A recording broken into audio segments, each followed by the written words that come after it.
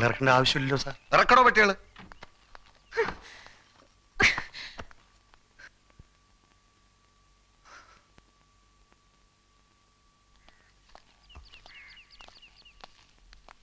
അപ്പൊ ഇറങ്ങുന്നില്ലേ? അത് വേണ്ട സാർ.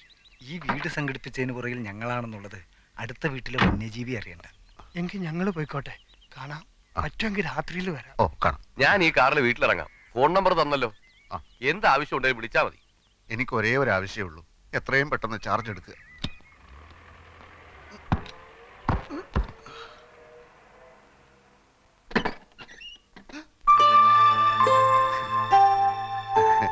എന്റെ ഭാഗ്യത്തിന് ഇങ്ങനൊരു വീട് ഒത്തുകിട്ടി.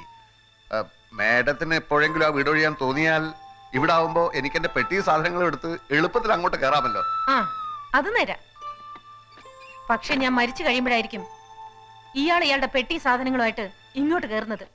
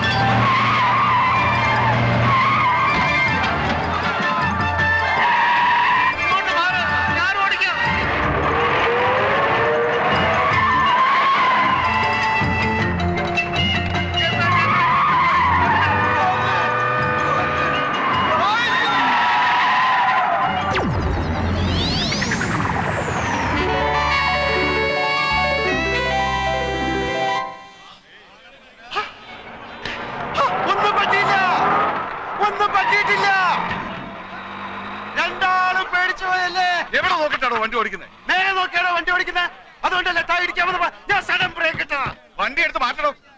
ആജ്ഞാപിക്കരുത്, അപേക്ഷിക്കും. ഇയാള് വണ്ടി എടുക്കുക. വണ്ടി ഞാൻ എടുക്കും. എന്റെ പൊന്ന് സാഗർ സാറേ, ഇനി ആ തീക്കളി വേണ്ട. ഒരു മണിക്കൂർ നേരം മരണത്തെ മുന്നേ കണ്ടുകൊണ്ടാ ഞാൻ ഈ വണ്ടിയിലിരുന്നത്. മരണം രംഗബോധമില്ലാത്തൊരു കോമാളിയാണ്. ആഗ്രഹിച്ചിരിക്കുമ്പോൾ അവൻ വരില്ല, പ്രതീക്ഷിച്ചിരിക്കുമ്പോൾ അവൻ വരില്ല. വെടിയുണ്ടയുടെയും ബോംബിന്റെയും ഇടയിൽ കിടന്ന് യുദ്ധം ചെയ്യുന്ന പട്ടാളക്കാരൻ ലീവ് കിട്ടി നാട്ടിലെത്തുമ്പോ സ്വന്തം പെരടത്തിലെ തേങ്ങ വീണായിരിക്കും മരിക്കുന്നത്.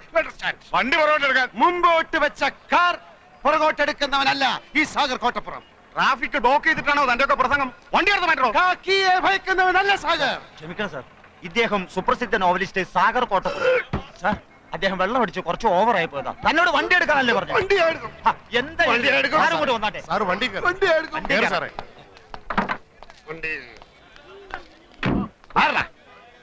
ഒന്ന് ചോദിച്ചോട്ടെ പോലീസുകാരെ, ഈ തഹസിൽദാരുടെ വീട് ഏതാണ്? ഈ തഹസിൽദാരുടെ വീട് ഏതാണെന്ന് പറയില്ല. ഓ, അപ്പോഴേക്കും പിണങ്ങിയോ? അല്ലേലും ഈ പോലീസുകാരിങ്ങനെ മഹാ തൊട്ടാവാടികളാ.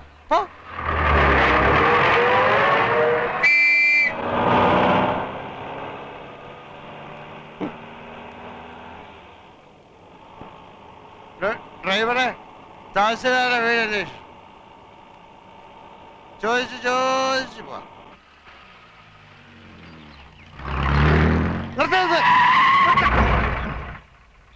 ഈ വീട് കണ്ടിട്ട് ഒരു തഹസിൽദാരുടെ വീട് തോന്നുന്നില്ലേ? ഇത്രയും വലിയ ബംഗ്ലാവോ?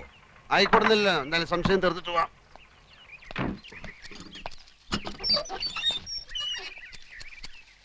തഹസിൽദാരുടെ വീട് ഇതാണോ? തോട്ടക്കാര. തന്നോട് ഗേറ്റ് തള്ളി തുറക്കാൻ ആരാ പറഞ്ഞേ? തഹസിൽദാർ രാമകൃഷ്ണന്റെ വീടാണോ അല്ലയോ എന്നാണ് ചോദിച്ചത്. മുഖത്ത് കണ്ടില്ലേ? ഗേറ്റിൽ വലിയ അക്ഷരത്തിൽ എഴുതി വെച്ചിട്ടുണ്ടല്ലോ അഡ്വക്കേറ്റ് ഗോപിനാഥൻ എന്ന്. എഴുതി വെച്ചത് മുഴുവൻ സത്യമാകണമെന്നില്ലല്ലോ. ഉദാഹരണത്തിന് ഞാൻ എഴുതുന്ന നോവലുകൾ വായിച്ചു കാണും. തുഷാരങ്ങൾ അത് മുഴുവൻ സത്യമാണെന്നാണ് വിചാരം. അല്ലേ? അല്ല, വെറും ഭാവന. ആനയുടെ വലുപ്പം ആനയൊക്കെ അറിയില്ല. കേരളം മുഴുക്കെ അറിയപ്പെടുന്ന നോവലിസ്റ്റാ സാറ്. മനുഷ്യ ഹൃദയങ്ങളെ എടുത്ത് അമ്മാനമാടുന്നയാൾ. ഞാൻ സാറിന്റെ ഒരു ആരാധകരാന്നറിയാലോ. സാഗർ കോട്ടപ്പുറം വെള്ളമടിച്ച് ബഹളുണ്ടാക്കിയത് നാളെ വല്ല പത്രത്തിലും വന്നാൽ ആർക്കതിന്റെ നാണക്കേട്? ആ പത്രത്തിന്, കേരളത്തിലെ എല്ലാ പത്രവും വാരികയും എന്റെ ഒരു നോവല് കിട്ടാൻ നെട്ടോട്ടം ഓടുകയാണ്.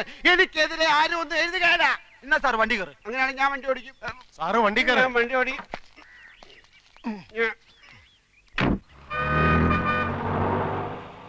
സാർ എത്ര നാള് കാണും ഈ തഹസിൽദാരുടെ കൂടെ? 30 ആഴ്ചക്കുള്ള ഒരു തുടരൻ ഉടൻ വേണം. ഒരു സർവീസ് സ്റ്റോറിയാ ഉദ്ദേശിക്കുന്നത്. ഒരു സർക്കാർ ഓഫീസിലെ അഴിമതി, കുതികാൽ വെട്ട്, പ്രേമം, ഗർഭം, അതൊക്കെയാ വിഷയം. അപ്പൊ സർക്കാർ ഓഫീസിലെ രീതികൾ, ദൈനംദിന ജോലികൾ, മറ്റ് വിശദാംശങ്ങൾ രാമകൃഷ്ണനുമായ ഒരു ചർച്ച. അതിപ്പോ എത്ര ദിവസം എടുക്കുന്നൊന്നും പറയാൻ മേല. ഈ രാമകൃഷ്ണനെ തഹസിൽദാരായി ഇങ്ങോട്ട് സ്ഥലം മാറ്റം വാങ്ങിച്ചു കൊടുത്ത ഞാനാ. നല്ലവനാ, പക്ഷെ ഒരു കുഴപ്പമേ ഉള്ളൂ, 3 പെഗ് കൂടുതൽ അടിക്കുകയല്ല. ഞങ്ങള് രാമവർമ്മ ക്ലബിലെ ചീട്ടുകളി ഫ്രണ്ട്സാ. സാറ് ചീട്ടും കളിക്കൂ? ആ, കാശ് വെച്ചേ കളിക്കൂ. സാറിന്റെ നായകന്മാരൊക്കെ എന്തുമാത്രം സൽഗുണ സമ്പന്നന്മാരാ. ആ നായകന്മാരുടെ സൃഷ്ടാവ് ഇങ്ങനെയുള്ള ആളാണെന്ന് ആരാധകർ അറിഞ്ഞ ഒരു തേങ്ങയിലടോ. എടോ, താനടക്കമുള്ള എന്റെ എല്ലാ ആരാധകന്മാരും വെറും കിഴങ്ങന്മാരാ. എന്താണോ എന്റെ നോവലുള്ളത്? പണക്കാരിയായ ഒരു കാമുകി, കൂലിവേലക്കാരനായ കാമുകൻ, വില്ലൻ കാമുകിയുടെ അച്ഛൻ.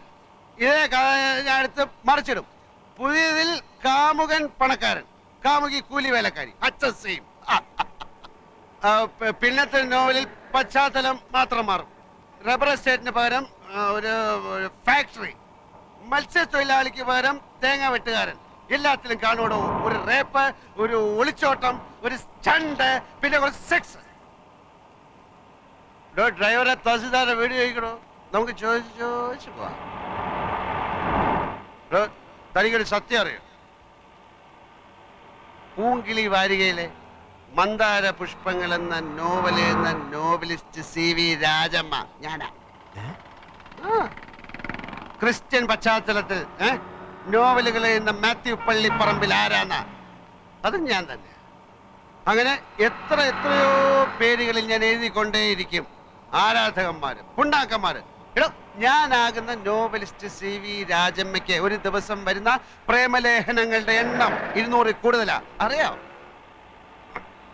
ഇവിടെ ഒരു അന്തവും കുന്തവും ഇല്ലാതെ താനിത് ഇങ്ങോട്ട് ഓടിക്കുന്നത്. ഇവിടെ ഡ്രൈവറെ തഹസിൽദാരുടെ വീഡിയോ ചോദിക്കണോ? നമുക്ക് ചോദിച്ചു പോവാം. ചോദിച്ചു പോവാം. ചോദിച്ച്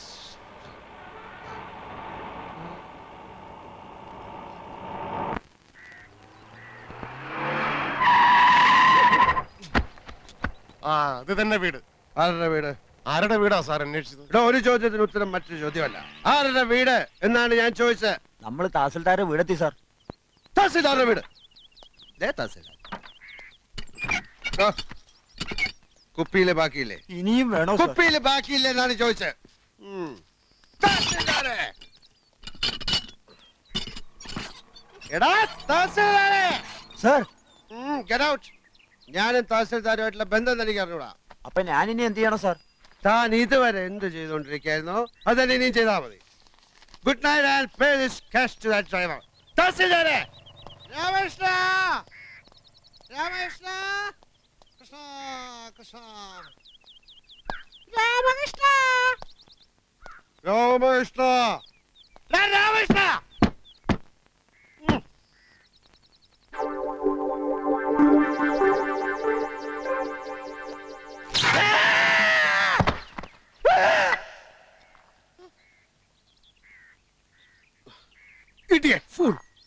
തഹസിൽദാരാണ് അത്ര തഹസിൽദാർ. ഇവിടെ ഒരു സ്വിച്ച് നന്നാക്കി വെക്കാൻ അറിയാത്തവനാണോ ഒരു താലൂക്ക് നന്നാക്കാൻ നടക്കുന്ന റാസ്കൽ? പഠിച്ച മദ്യവും വേസ്റ്റ് ആയി.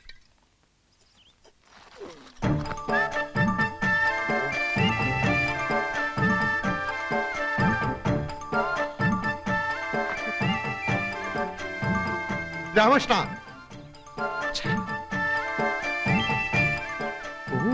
ഫ്രിഡ്ജൊക്കെ ഉണ്ടോ? അപ്പൊ സോഡ കാണും. ഇതിനകത്തേക്ക് ഞാൻ എങ്ങനെയാണ് കടക്കുന്നത്?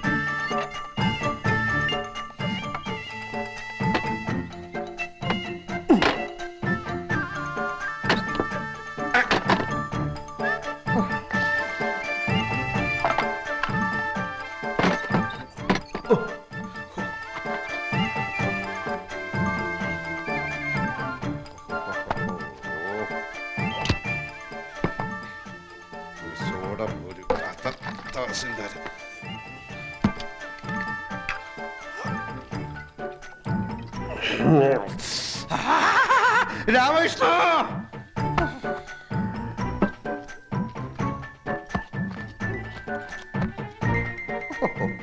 ഇവൻ ഫുൾ സെറ്റപ്പിലാണല്ലോ.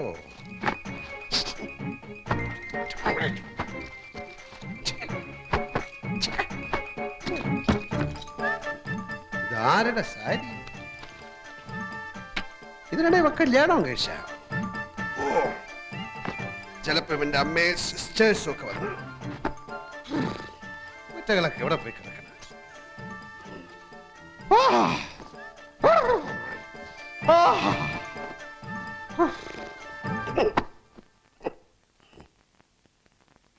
ഒരു മുണ്ടു കിട്ടാൻ എന്ത് വഴി? നഗ്നത.